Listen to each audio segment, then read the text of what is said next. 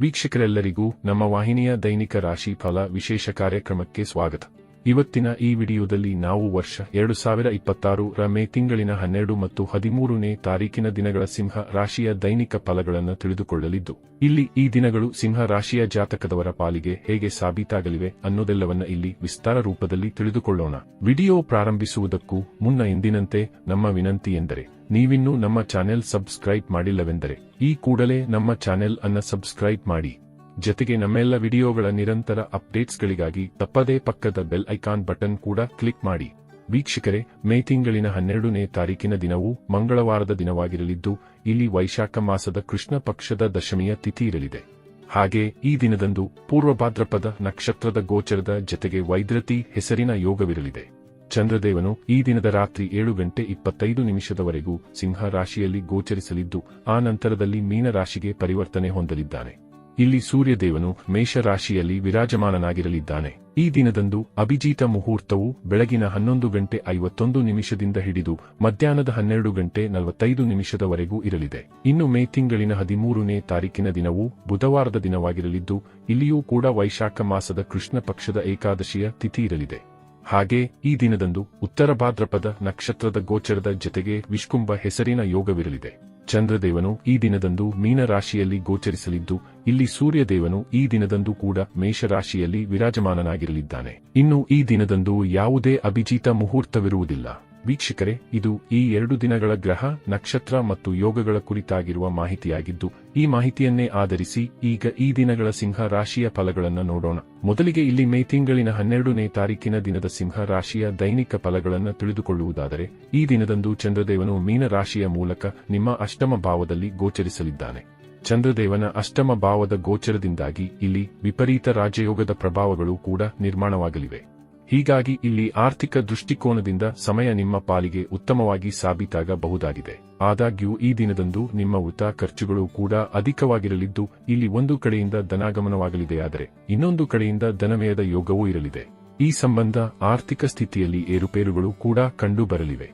ಜತೆಗೆ ಇಲ್ಲಿ ಮೇಷರಾಶಿಯ ಜಾತಕದವರು ತಮ್ಮ ಮಾತಾಪಿತೃವಿನ ಆರೋಗ್ಯದ ಕುರಿತಾಗಿಯೂ ಎಚ್ಚರಿಕೆ ಹೊಂದಿರಬೇಕು. ಇಲ್ಲಿ ನಿಮ್ಮ ಆರೋಗ್ಯದ ಕುರಿತಾಗಿಯೂ ಹೆಚ್ಚು ಕಾಳಜಿ ಹೊಂದಿರುವುದು ಉತ್ತಮವಾಗಿರಲಿದೆ. ವಿಶೇಷವಾಗಿ ಇಲ್ಲಿ ನಿಮ್ಮ ಕೆಲಸ ಕಾರ್ಯಗಳ ಕುರಿತಾಗಿ ಒಂದಿಷ್ಟು ಬೇಜವಾಬ್ದಾರಿತನವೂ ಕೂಡ ಕಂಡುಬರಲಿದೆ. ಅಂದರೆ ಕೆಲಸ ಕಾರ್ಯಗಳ ಕುರಿತಾಗಿ ಮನಸ್ಸು ತಲ್ಲೀನವಾಗಿರುವುದಿಲ್ಲ, ವೃಥಾ ವಿಷಯಗಳಲ್ಲಿಯೇ ಸಮಯದ ವ್ಯಯ ಉಂಟಾಗಬಹುದಾಗಿದೆ. ಜತೆಗೆ ಇಲ್ಲಿ ವಿದ್ಯಾರ್ಥಿಗಳಿಗೂ ಕೂಡ ಏಕಾಗ್ರತೆ ಹೊಂದಲು ಸಾಧ್ಯವಾಗುವುದಿಲ್ಲ. ಇಲ್ಲಿ ವಿದ್ಯಾರ್ಥಿಗಳು ಓದಲು ಕುಳಿತುಕೊಳ್ಳಲಿದ್ದಾರಾದರೂ ಓದಿನ ಪ್ರತಿ ಗಂಭೀರತೆ ಇರುವುದಿಲ್ಲ. ಇಲ್ಲಿ ನಿಮ್ಮ ಸ್ವಭಾವದಲ್ಲಿ ಗಡಿಬಿಡಿ ಕೂಡ ಕಂಡುಬರಬಹುದಾಗಿದ್ದು, ಹೀಗಾಗಿ ಇಲ್ಲಿ ನೀವು ಯಾತ್ರೆಗಳನ್ನು ಸಹ ಹೆಚ್ಚು ಎಚ್ಚರಿಕೆಯ ಪೂರ್ವಕ ಕೈಗೊಳ್ಳಬೇಕು. ಇನ್ನು ಈ ದಿನದಂದು ನಿಮ್ಮ ಸಂಗಾತಿಯ ಮನೆಯ ಕಡೆಯವರೊಂದಿಗಿನ ಸಂಬಂಧದಲ್ಲಿಯೂ ವಿಷಮತೆ ಉಂಟಾಗಬಹುದಾಗಿದ್ದು, ಹೀಗಾಗಿ ಈ ಸಂಬಂಧವು ಜಾಗ್ರತೆಯನ್ನು ಹೊಂದಿರಬೇಕು. ಅಲ್ಲಿ ಅವರೊಂದಿಗೆ ವ್ಯವಹರಿಸುವಾಗ ಕಟು ಶಬ್ದಗಳನ್ನು ಬಳಸಬಾರದು. ಈ ವಿಶೇಷ ದಿನದಂದು ನೀವು ಎದುರಿನವರ ತಪ್ಪುಗಳನ್ನು ಸಹ ನಿರ್ಲಕ್ಷ್ಯ ಮಾಡಬೇಕು.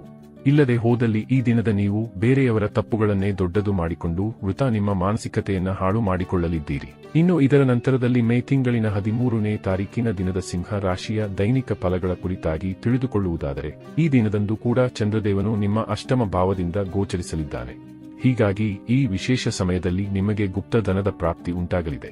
ಜತೆಗೆ ಇಲ್ಲಿ ನಿಮಗೆ ಐಟಿ ಸೆಕ್ಟರ್ನಿಂದ, ಆನ್ಲೈನ್ ಬಿಸಿನೆಸ್ನಿಂದಾಗಿ ಮತ್ತು ಆಮದು ರಫ್ತು ಕ್ಷೇತ್ರದಿಂದಾಗಿ ಸಾಕಷ್ಟು ಲಾಭದ ಪ್ರಾಪ್ತಿ ಉಂಟಾಗಲಿದೆ.